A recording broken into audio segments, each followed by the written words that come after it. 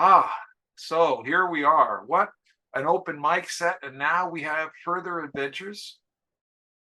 Robert Eugene Rubino, a well-known and well-regarded poet in my book and in many other books. He is, I first met him at Sacred Grounds. He was an open mic regular in the year or so leading up to the COVID pandemic. So that's where I first heard him read.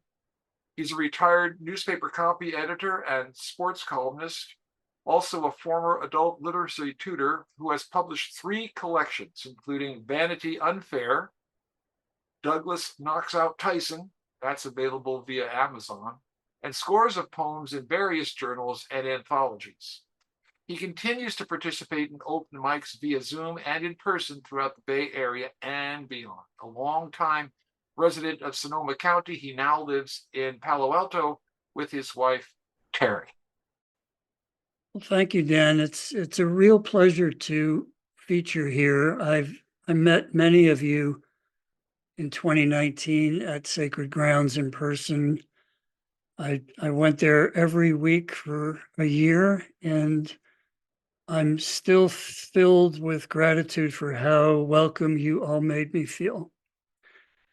And I'll just get to it. I'm going to start. I first read this opening poem last month that Burden Beckett for the anniversary of Martin Luther King's assassination. And I think it applies today because it's actually a May Day workers' rights piece. It's called Martin in Memphis. Martin wasn't in Memphis to give another spine-tingling speech about visions of a perfect, peaceful world. Martin was in Memphis to give support to that city's gritty, long-suffering, long-striking sanitation workers, 2 of whom had been crushed to death by rickety equipment the city refused to replace, whose families the city refused to compensate, as if those workers' worth was beneath the trash they trucked, as if that clean city didn't depend on their dirty work, as if their dirty work wasn't hard, honest, hard labor, as if they, and not what they removed out of sight, out of mind, were unclean and malodorous. Martin wasn't in Memphis to give another soaring speech about dreams of idealized, sanitized equality. Martin was in Memphis to give support to the city's gritty, long-suffering, long-striking sanitation workers, demanding safer equipment, overtime pay, a raise from their far below minimum wage starvation pay, recognition of their union, recognition of their humanity. This next piece I wrote a few years ago for Earth Day, which was last month, so I think it still is appropriate. It's called Half Moon Morning. We hike the straight as a razor rocky trail to Half Moon Beach. We descend 101 wood rot steps past riptide and sleeper wave warning signs. The ocean sounds loud today, louder than usual, different, deep-throated, deeper than rumble or roar. Not angry exactly, more like do or die determined, like it's the biggest, baddest, grandest, grand-scale spaceship. We wander barefoot on the damp, pebbly oatmeal sand. We unskillfully skip flat black stones into soap suds foam, as if we were children, as if we were innocent, as if we were in another time, another world. The ocean sounds loud today, louder than usual, different, like it's preparing for takeoff, perhaps having conspired with its sister oceans to leave this earthly realm, escape its trash-choked death trap, to extricate, elevate, levitate, out of its planetary hips to catch the solar winds, to fall under the spell of other moons somewhere else in the limitless elsewhere.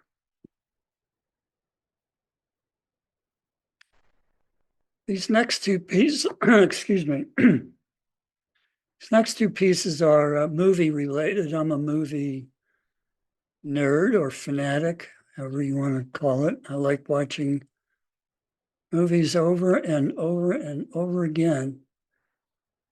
This one is called Horror Sci-Fi Subtext. 9-year-old boy in 1957 at neighborhood Saturday matinee, seeing The Incredible Shrinking Man. Man sails through fog that's more than fog. Radioactive haze causes him to shrink gradually, then all of a sudden. Man becomes spider's plaything, keeps shrinking. Man incredibly shrinking beyond subatomic, deep, deep into infinitesimal, still shrinking.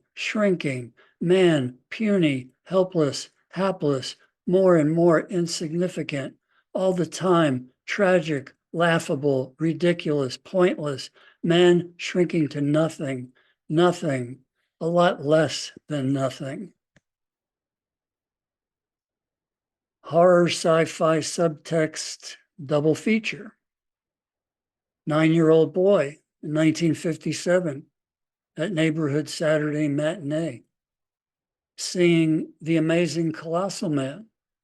Atomic bomb test exposes man to plane loads of radiation.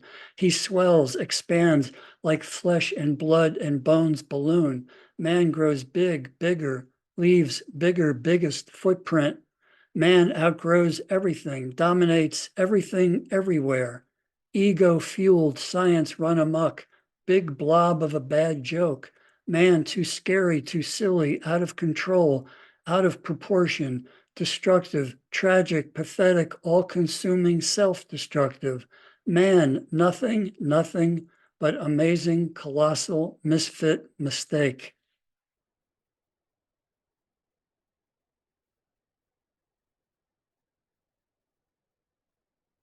Superman is dead. Long live Superman.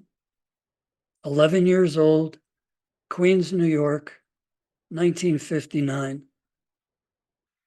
We're stone silent after cracking wise about the news of George Reeves' suicide. Each joke a variation on TV's Superman shooting himself with a kryptonite bullet. We huddle in the cavern of a fallout shelter, each of us holding on dearly, desperately to the latest Superman comic book, still beguiled by this all-American alien, still keeping secret his transparent dual identity, this hero both mild-mannered and so daring, who kills something in us along with himself, yet still joins us on our fitful flights of fancy.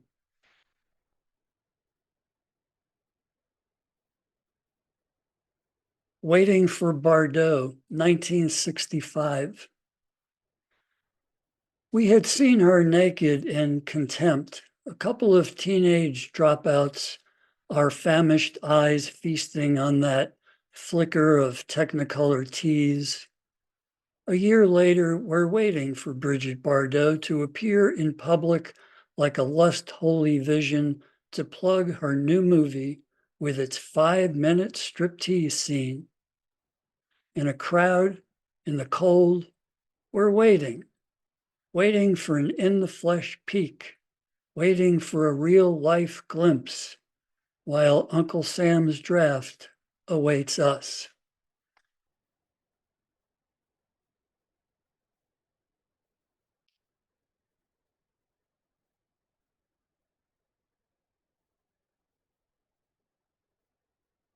Bone marrow biopsy reverberations. The oncologist says it'll feel like a bee sting as he plunges a middle finger length needle into the base of your spine. And you remember 60 summers ago when you and both younger brothers were stung by bees right between the eyes. Was that the summer you failed to protect one of them from bullies? Or was it the summer you misread the other's raised arm alarm for a vigorous swimming hole hello? You're told you're a good patient with a high pain tolerance, and you flash back to 12 years of Catholic school and you think, no, obedient and stoic with a high tolerance for authority figures. You're told you'll get the bone marrow biopsy results soon, and you realize you've heard the words bone marrow more times this month than in all your previous 73 years. And you remember your mother telling you when you were a child, eat your baked beans, they'll put marrow on your bones. And you had no idea if that were true or even what it meant.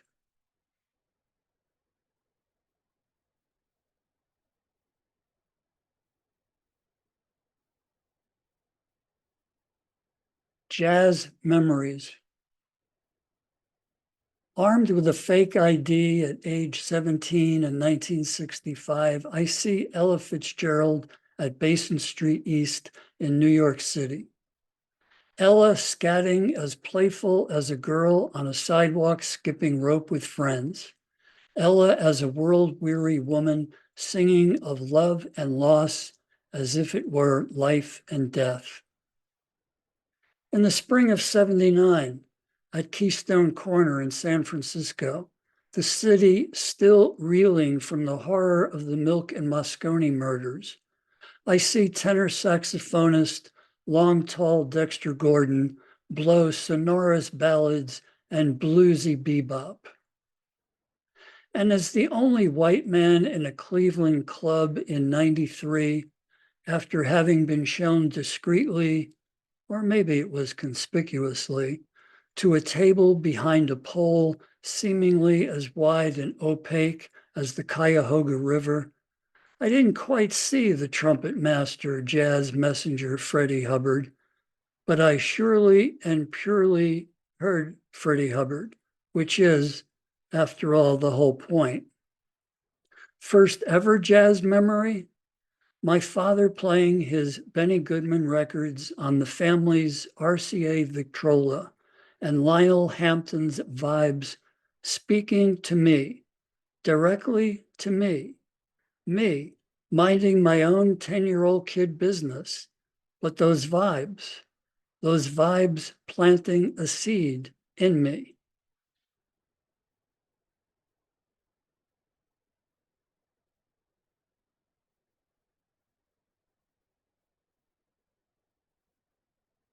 Brotherhood. I love reminiscing about our childhoods with my two younger brothers, now in our shared old age. I love how they, each in his own way, paint the past as exclusively loving and carefree, paint the past with strokes both broad and finely etched, but without conflict, guilt-free, absent of shame, using only primary colors and never leaving a single splatter. Memories of holiday feasts in a 3-room apartment with grandparents and aunts and uncles, platters of lasagna and ravioli, jugs of red table wine mixed with benevolent red-blooded debate and boisterous laughter.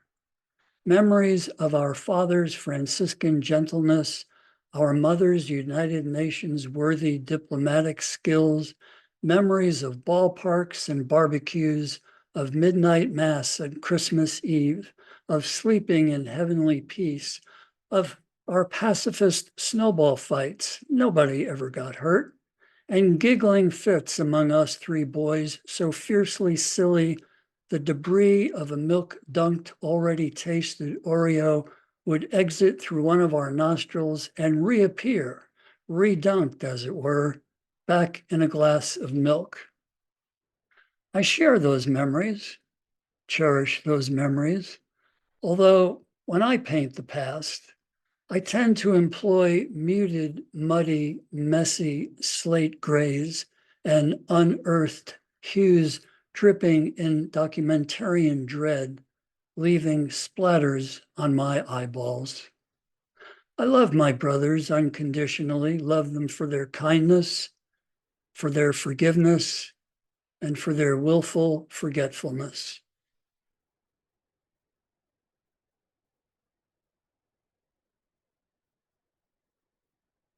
I'm going to conclude with this. It's an ode to a high school teacher from long ago.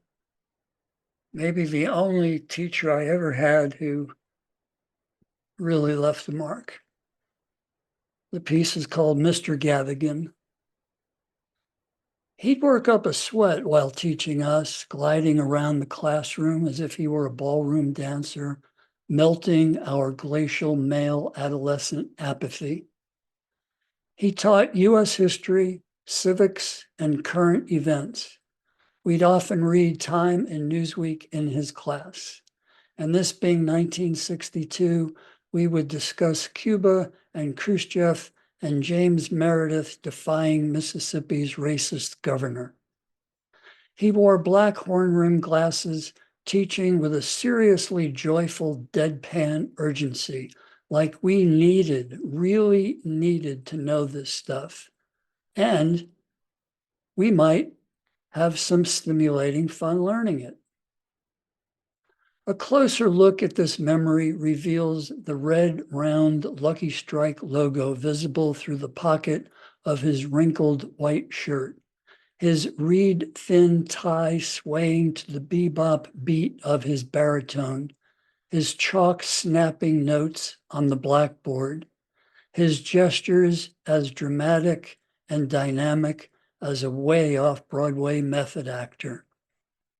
Nobody screwed around in his classes, but he neither threatened nor intimidated, nor was he a wannabe stand-up comedian.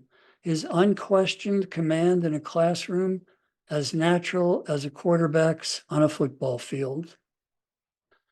On an essay written by a shy, so-so sophomore with a singular secret ambition to be a writer, Mr. Gavigan wrote, "You have a talent for literary self-expression.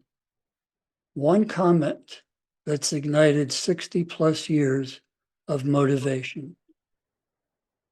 Thank you so much for listening. Really appreciate it. Still have 4 minutes, Robert. Yeah. I mean, if you want to use it, you don't have to, but we'd love to hear more. Yeah. This is another one reflecting my love of movies. Cagney and Bogart, thespians of the silver screen's golden age. Jimmy as octogenarian ragtime top cop big shot, or as a young hard guy gone soft on his way to the electric chair, betrayed by shyster Bogey and angels with dirty faces. Jimmy and Bogey together also in the Oklahoma Kid and the Roaring Twenties before Bogey got too good, too big to play second fiddle. Bogey as a private eye casting gimlet glance at the potboiler plot of the Maltese Falcon, or as the unlikeliest of romantic heroes running his Casablanca nightclub with a broken heart, or falling in love while schlepping the African queen through shallow, slimy, leech-infested jungle waters. Jimmy as a tree-hugging petty tyrant in Mr. Roberts, and a homicidal maniac of a mama's boy on top of the world in his White Heat Inferno. Bogey tragic as a free-falling paranoid twice, once self-sabotaging his Caine Mutiny testimony, and once grubby greedy for the treasure of the Sierra Madre. Flag-waving Jimmy giving his regards to Broadway and remembered to Herald Square as a Yankee Doodle dandy of a back-in-the-day song and dance superstar. Both New York born and raised, one poor, the other not. Both remain Hollywood icons decades after their deaths. Many thanks to Turner Classic Movie Channel. Thank you. Oh, unmute. Unmute. Let him hear. Thank you, Robert. That's Great great. reading. Thank you. Thank Thank you, Robert. Hey, glad to know I'm not the only movie junkie out there. Yeah. Lots of us, lots of Yeah, us. you named him. I was going, I Yeah, remember you that. got I 'em remember that all. one. Badges? We don't need no stinging badges. There you go. One of my favorite lines. Oh, that was Robert, did great. you really hear Ella Fitzgerald in person? Yeah, that was something. I was Oh my 17 years God. old. Yeah. Oh my God. Gosh. In New Oh, York. lucky you. Yeah. Wow. Beautiful, Robert. Thank you very Beautiful. much. It was a real pleasure. Thank Oh you. my God. Mm-mm. Pleasure is all ours. I guess you too. You like reading Thanks, man. the pieces. So lovely, lovely. I'm gonna stop the recording Rubino for now. sounds like an Italian name, maybe, or something. What he said, he could have been. All righty.